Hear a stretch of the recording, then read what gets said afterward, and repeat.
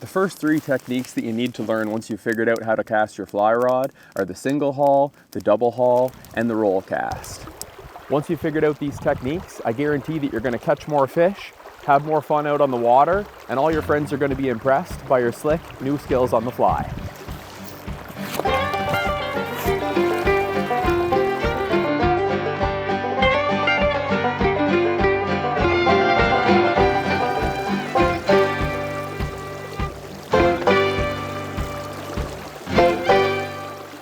In the first part of this video, I'll explain what adding single and double hauls does for your cast. I'll then explain when you should use both of these techniques and give you some tips on how you can master them. After that, we're going to talk about roll casting. I'll explain what the roll cast is, when you should use it, and give you some tips on how you can add this cast to your arsenal this season.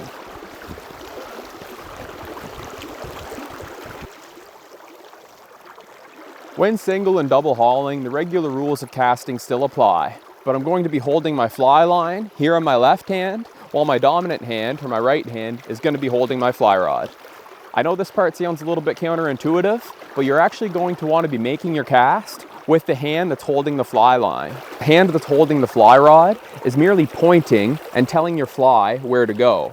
I want you to think of your left hand that's holding the fly line as the hand that's actually making the cast. So your right hand, that's your pointer, it's telling the fly where to go, and the left hand is actually making the cast through those hauls, generating the momentum, and it's telling your fly how fast it's going to get there.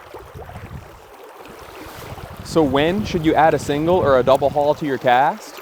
The short answer is always. It's going to help you to tighten your loop. It helps to increase your line speed, which can help you to cast in more windy conditions. It helps to improve the accuracy of your cast. And it's going to help to take off some of that strain from your right hand, which if you're just starting out and doing that basic cast is going to be doing all the work and turning the fly over when it flicks that fly at the end of the cast. Instead, with this, I'm relying on my left hand to generate that momentum, so it's kind of offsetting all the work that my right hand that holds the rod will have to do. These casts are also super important if you're trying to turn over sink tip, like if you're fishing for lake trout or coho, because that sink tip's a lot heavier and it's important to generate more line speed to pull the fly off the water and to help send it forward. So even when you're not intentionally adding a single or a double haul to your fly cast, just holding your fly line like this creates a little bit of distance between your fly line and your reel. And whenever I go back to cast, that is actually generating a little bit of momentum at the tip of my fly rod. So whether you know it or not, you've likely already been doing a little bit of hauling, even just with your standard fly cast, which should make actually adding that slight little motion that much easier. The how to single and double haul. First, you're going to want a full length of your fly rod worth of line out in front of you. Because I'm using an 8-foot fly rod, I want at least 8 feet of line out there in the water in front of me. When I'm then going to cast, the standard rules of casting still apply. Some people refer to the 10 and 2 position, where in my back cast, I don't go beyond 10 o'clock, and in my forecast, I don't go past 2. Only difference is here, in my back cast, I'm just going to add that slight little haul, and in my forecast, at the end of the cast, I'm going to do the same thing to generate some more line speed. It looks a little something like this. When you're adding a single haul to your cast, you can do this either in the forecast, whenever you're casting forward, or whenever you're doing your back cast and pulling your fly off the water. Whenever you're doing it in your back cast, it just helps add a little bit of speed to your fly line, which helps pull that fly off the water, which is super handy if you're throwing sink tip or a heavier fly. If you want to add it into your forecast, it's just going to help to generate a little bit more line speed, which can help you cast into the wind, for example, give you a little bit more accuracy as well. Whenever you get into a motion, you're effectively just going to be making these small little circles with your hand as you're casting. So it looks something like this.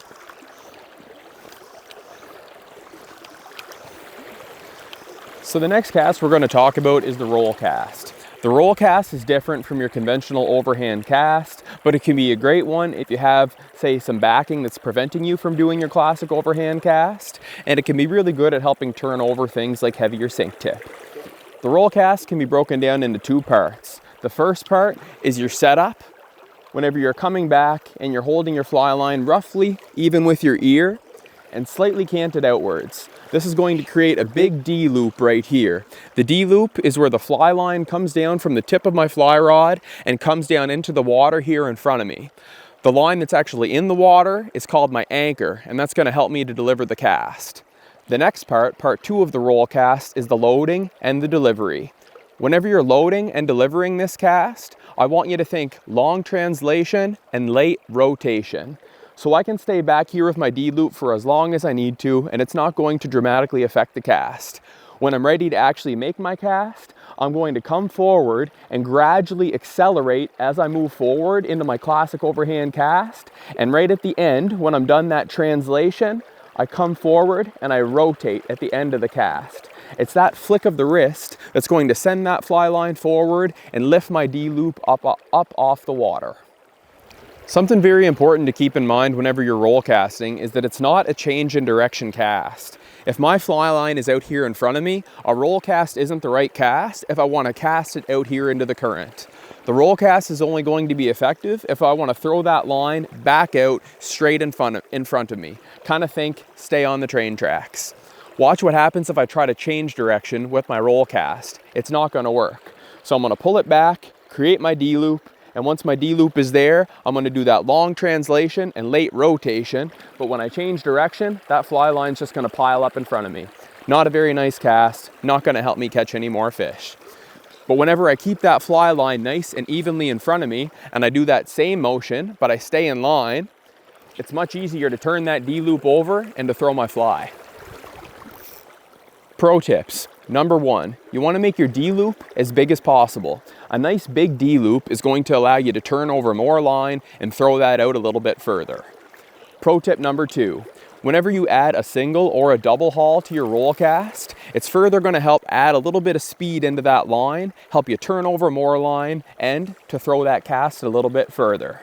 Pro tip number 3, if you put spay line on your fly rod instead of floating line like I have here, it makes doing these roll casts and spay casts a lot easier. So think about that if you're fishing in areas where you're going to be doing less conventional casting.